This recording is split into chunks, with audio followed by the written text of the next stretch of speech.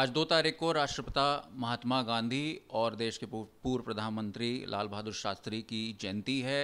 इन दोनों को अपनी नीतियों के लिए और देश की आज़ादी में योगदान के लिए जाना जाता है।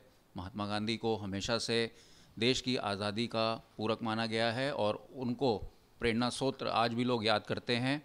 रील और सोशल मीडिया की दुनिया में डूबे हुए आज की जनरेशन किस तरह से सीख सकती है और किस तरह से आगे बढ़ सकती है, इसको लेकर भी चर्चाएं होती रहती हैं। जहां हम इन महानुभावों को भुला चुके हैं, वहीं आज भी कई लोग ऐसे हैं जो इस चीज़ को ज़िंदा रखे हुए हैं। वहीं आज रामपुर तिराहा कांड की बरसी भी है और 30 साल हो चुके हैं जब उत्तराखंड की लड़ाई शुरू हुई थी और 7 लोग रामपुर तिराहा कांड में शहीद हो गए थे।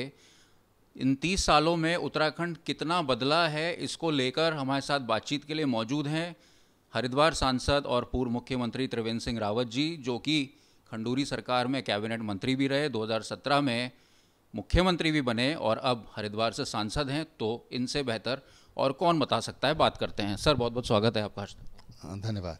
आपसे जानना चाहेंगे, 30 साल हो गए हैं रामपुर तिराहा कांड को, शहादत दी है लोगों ने, और आज कितना बदल गया है उत्तराखंड, किस तरह से देखते हैं? भू कानून की चर्चा होती है, कानून व्यवस्था की चर्चा होती है, क्या यही सपना देखा था? देखिए, अगर हम विकास के मामले में देखें तो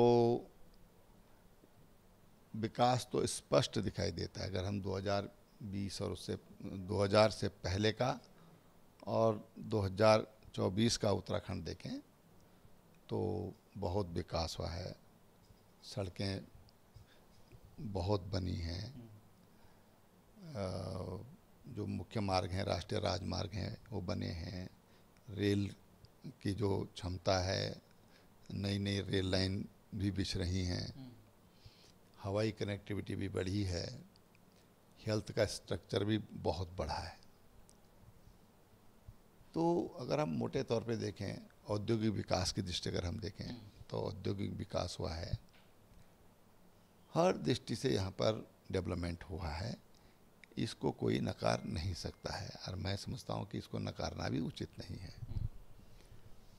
विकास एक सतत प्रक्रिया है, सतत, क्योंकि इसकी तो सदैव ज़रूरत रहेगी। जो डेवलप्ड कंट्री हैं वहाँ पर भी हमेशा विकास की डिमांड बनी हुई है, लेकिन जो मुख्य मकसद था राज्य बनाने का, हम ये कह सकते हैं कि हम उस पर आगे बढ़े हैं। विकास की आपने बात की कि सतह विकास हुआ है, लेकिन पलायन आयोग आपने बनाया था, उस पलायन आयोग ने अपनी एक रिपोर्ट दी थी। काफ़ी पलायन उत्तराखंड से हो चुका है। शिक्षा की बदहाली, स्वास्थ्य की बदहाली, क्या आप इस चीज़ को मानते हैं कि ये एक आफ्टर इफेक्ट है उत्तराखंड बनने का? देखिए, आज तो पलायन आयोग की चर्चा भी नहीं होती है। देखिए, ऐसा है कि पलायन आयोग ने जो रिपोर्ट सौंपी थी जब मैं सीएम था, तो कुछ जिलों की रिपोर्ट आई थी, कुछ जिले शेष रह गए थे। और पलायन का सबसे बड़ा कारण शिक्षा, स्वास्थ्य और रोजगार है। लेकिन पिछले 5 साल के आंकड़े बताते हैं कि पलायन गांव से तो हुआ है, लेकिन राज्य के अंदर लोग गए हैं, राज्य से बाहर कम लोग हुआ है। उसका जो फ्लो था वो कम हुआ है।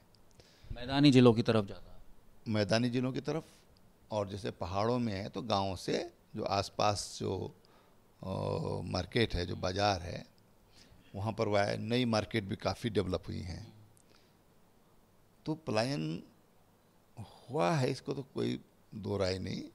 लेकिन इन 5-7 सालों में जब मुख्यमंत्री स्वरोजगार योजना हुई, सोलर स्वरोजगार योजना हुई, हॉर्टिकल्चर में हमने 80% तक का सब्सिडी दिया, गौ गंगा जो गायों को जो हमने किसानों को दिया, कुछ निःशुल्क भी दी, कम रेट पर भी दी, दूध का मूल्य भी बढ़ा है।